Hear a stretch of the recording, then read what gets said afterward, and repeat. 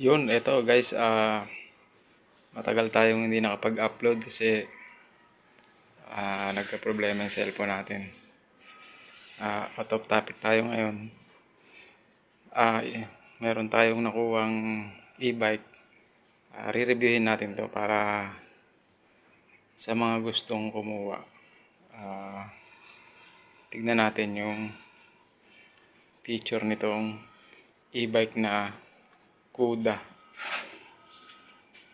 Kuda Rhino or Kuda Rhino. So ito guys, dito tayo sa may sa manibela, sa driver. Ayan, meron siyang manual na susi. Tapos meron siyang remote. Ayan. Meron siyang alarm. Yan, kung nakikita nyo, ito yung alarm. Pag i-set nyo, i-alarm nyo. Pag pinindot nyo, alarm na yan. Pag ginalaw, tutunog yan. Tapos pag papatigilin nyo naman yung alarm, pipindutin nyo lang tong ito, nasa taas, yung unlock. Ayan. Hindi na siya naka-alarm ngayon. Tapos ito naman yung start nya. Ito, pipress nyo lang siya ng dalawa. 2 times. Ayan, bumukas na siya. Tapos pagpapatayin nyo, yun din yung nasa taas din ulit ito. Tapos ito naman yung locator. Halimbawa, meron kayong kamukha ng e-bike na ganito. Kuda na Rhino o Rhino. Ito naman yung locator nya. Kasi marami naman ganito magkakamukha. Pare-parehas ng kulay. Or yan, kaya ito yung locator. Para maano nyo kung saan yung e-bike nyo. Pindutin nyo lang yan. Ayun. Tapos pwede rin siyang manual. Pwede nyo rin siyang isusin ng manual. Ayan. Ayan.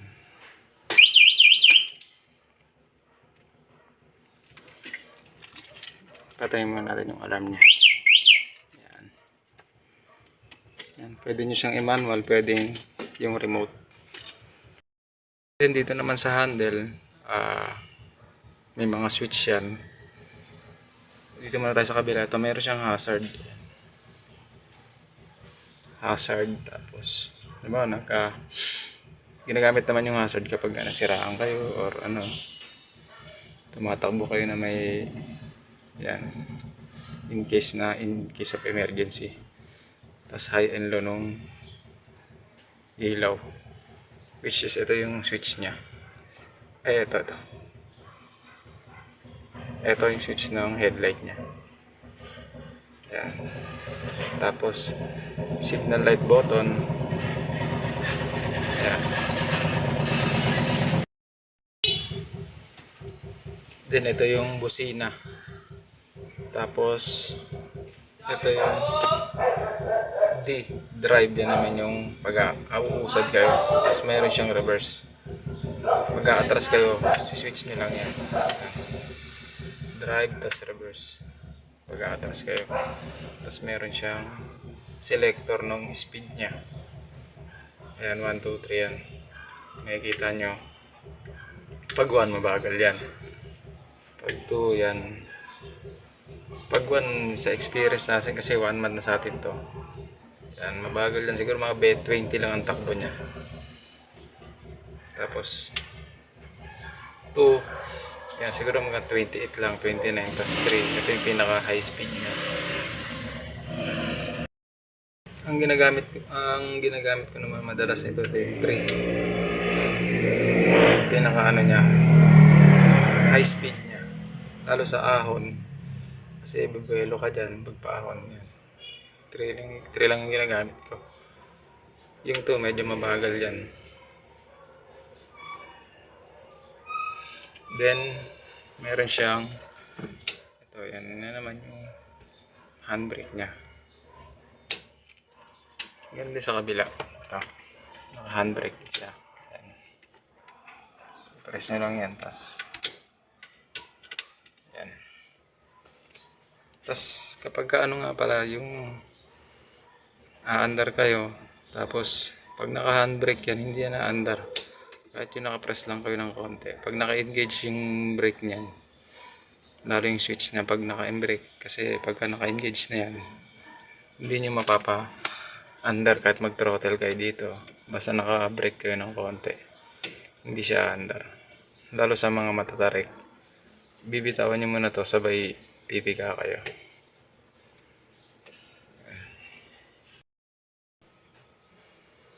Then eto, mayroon siyang, ito yung sa brake, ano niya, brake master. Kasi naka-disc brake yung tatlong gulong nito. Tatlong gulong, disc brake siya. Ito yung sa likod, ito yung sa harap. Sa likod, dalawa. Dalawa yung caliper doon, kabilaan. Kasi 3 wheels to. Ito naman sa harap, isa lang. Kasi isa lang ang gulong sa harap. Bali, ito yung sa harap, ito yung sa likod. Mas malakas yung preno ng likod niya. Tapos meron siyang dalawang meron siyang dalawang ano dito, compartment. Yan, lagayan ng abubot nyo. Yan. Tapos ito naman yung sa panel board.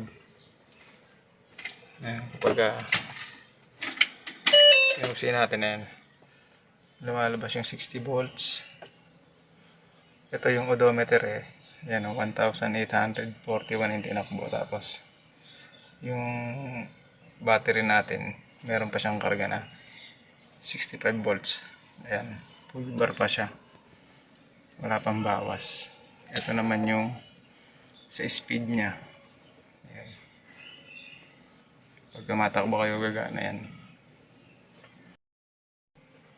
Ito guys, ito sa odometer niya yan. Diyan kayo magbabase kung ilan yung tinakbo nyo. Ito, 1,800 na yung tinakbo. Then ito, mayroon siyang, ito sa wiper naman to. Itong switch na to, sa wiper, ito yung nasa harap niya. Ito yung wiper niya. Meron siyang wiper. Pag sinwitch nyo, gagana yan. Ayan.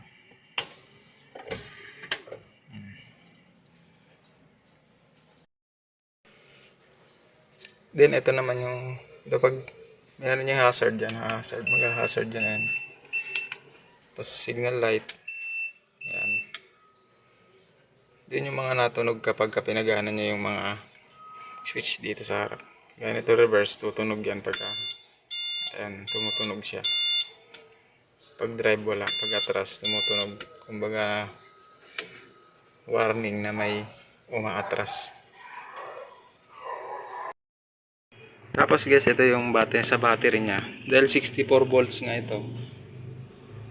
Meron siyang 5 battery kasi 12 times 5. Bali, 60 volts. 12 times 5. Bali 60. Kaya 5 yung battery niya.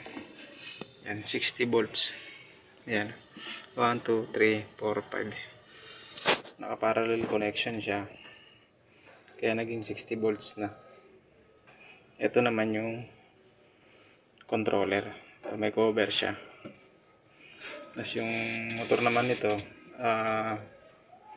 ang pagkakasabi sa atin, 1,000 watts daw. Which is yung motor nito nandun sa may ilalim. Dito. Yan yung, ito naman yung motor niya. 1,000 watts daw yan. Medyo malakas na din. Then sa pag-charge naman ito, ang advice sa atin nung doon sa may nakuha na natin, yung mga technician doon, i-charge daw natin siya ng mga, halimbawa galing tayo sa takbo, pagpahingin muna natin ng mga 30 minutes to 1 hour, i-cool down muna natin bago natin i-charge.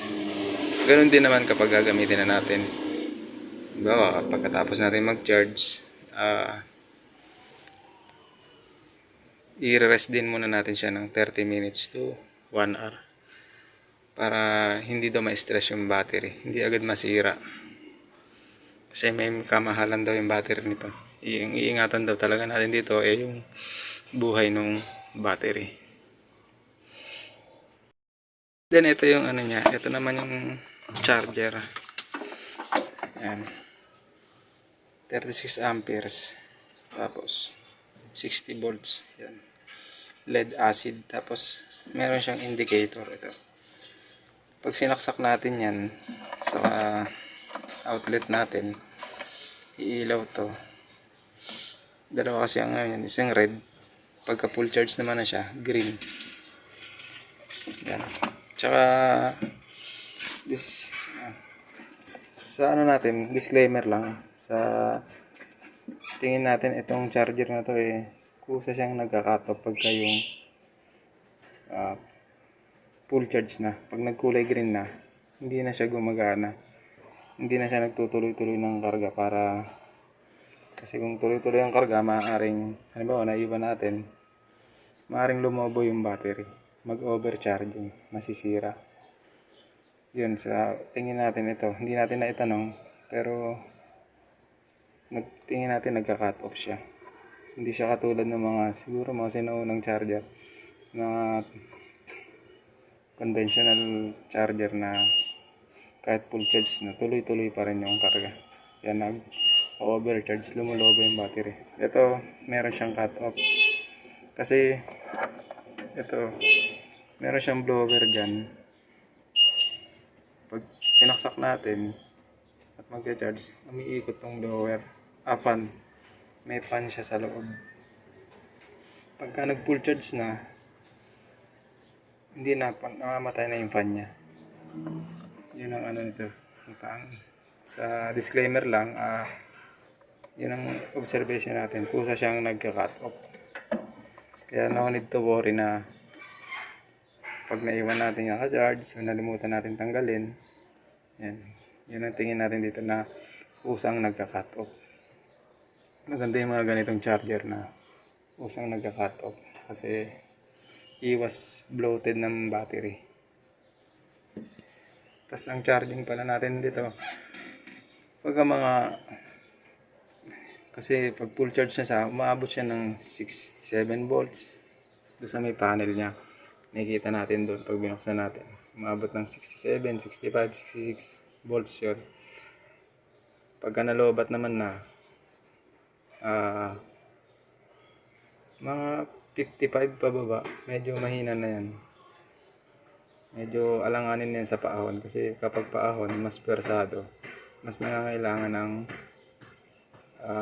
malakas na supply ng battery. Kapag paahon guys, matarik yung kalsada, umaahon naman siya. Pero pagka masyadong mahaba yung heel niya, ano siya, mabagal siya umahon. Lalo kung meron kayong sakay. Pero aahon pa rin siya. Tapos bubuelo siya hanggang sa bumilis na rin siya. Lumakas na yung power niya. Baga bumibelo lang din siya. Kaya pagka-ahon, gamitin nyo na lang yung number 3 sa selector. Yan na lang yung gamitin nyo para medyo mabilis yung ahon nyo. Pag nakabuelo na siya. Tapos sa pag-charge naman natin ito, dahil nga 1 month na sa atin to, yung pagka 55 volts na lang, siguro mga 8 hours ang charging na ginagawa natin. Ang naipapansin natin na bago ma-full charge. Kapag malakas pang battery, mga 58 pa yan. Less than 8 hours na.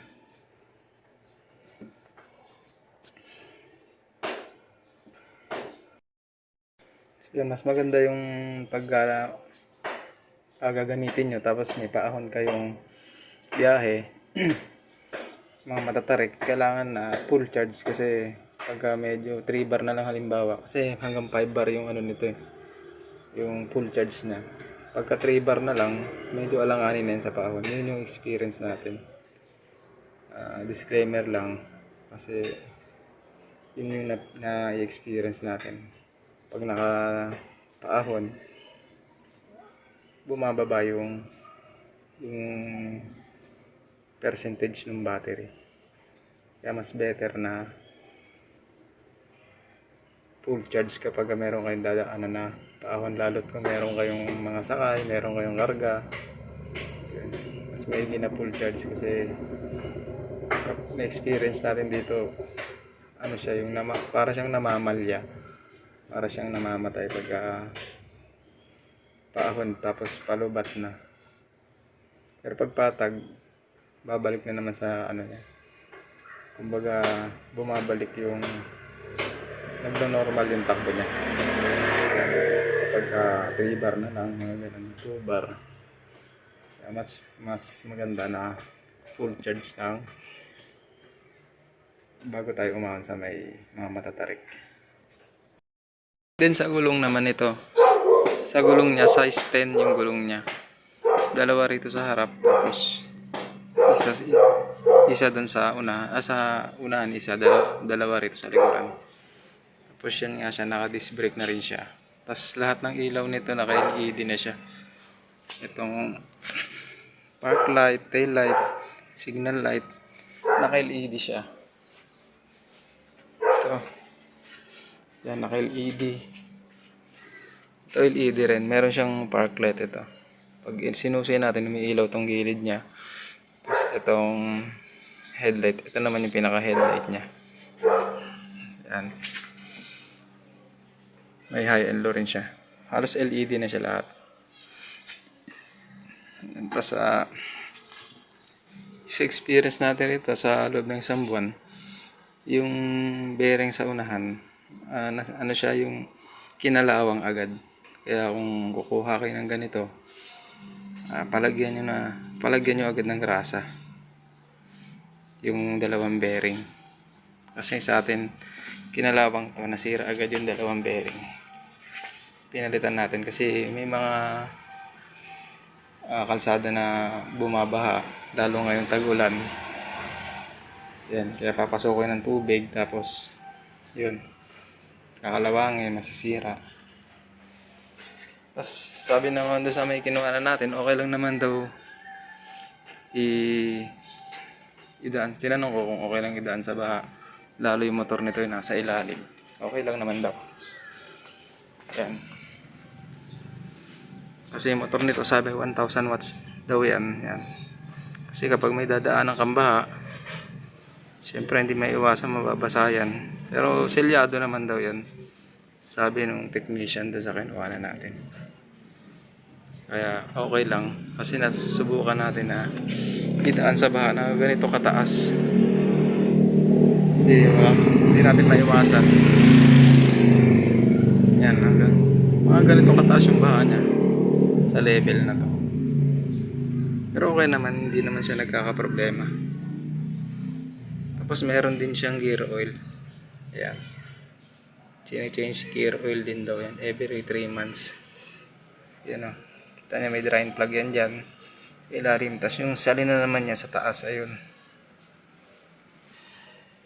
Tapos meron siyang dalawang shock. Ayan. Kabilaan yung shock niya dito sa likod. Then naka-tubeless na rin siya. Ayan. Tatlong gulong niya naka-tubeless. Tapos meron siyang carrier dito sa likod.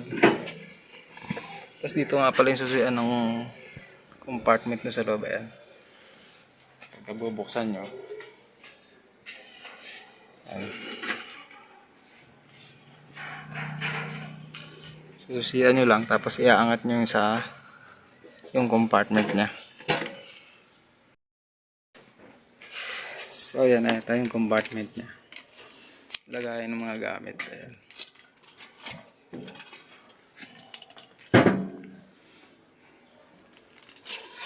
Ito yung pinaka-compartment niya. Plus yung carrier dun sa likod. Tapos yung dito nga pala sa driver side, kapag matangkad kayo, medyo mangangalay kayo, lalo kung malayo yung biyabiyahin nyo. Kasi para siyang makipot kung matangkad na tao ka. Or kagaya ko mga 5'7" lang ako, medyo nangangalay din ako. Tas para siyang maigsi para sa akin.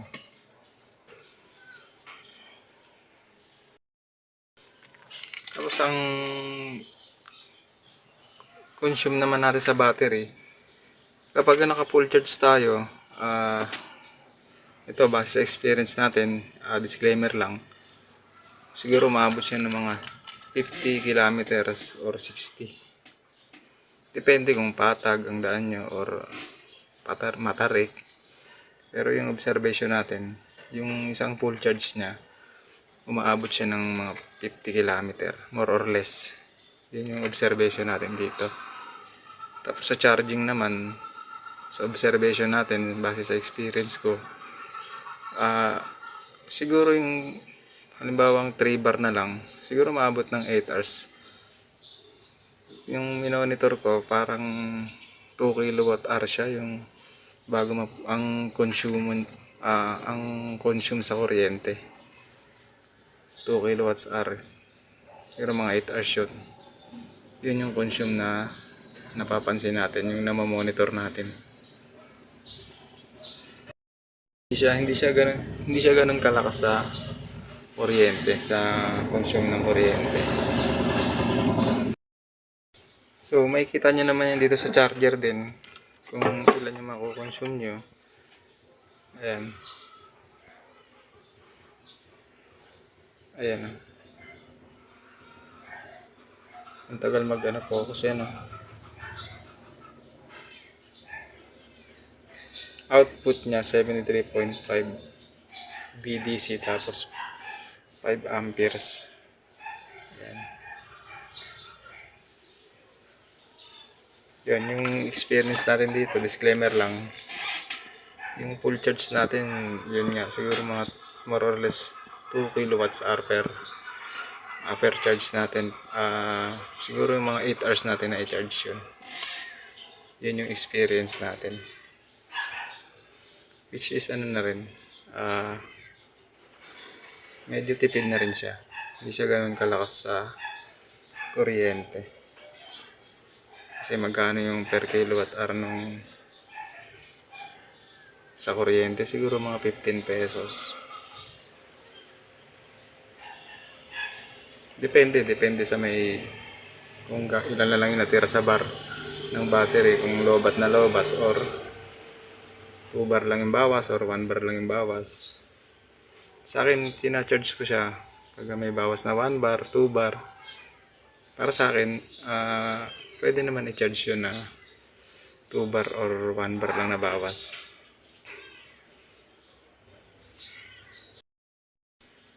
So yun yung experience natin rito at i-update na lang ulit natin.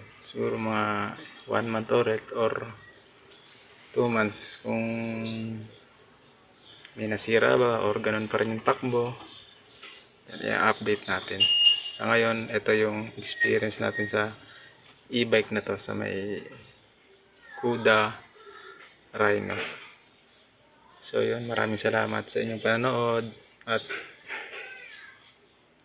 ito, makakapag-upload tayo dahil matagal na nagka-problema yung cellphone natin kaya hindi tayo nagkakaroon ng video or upload. So yun, ingat kayo at God bless sa inyo.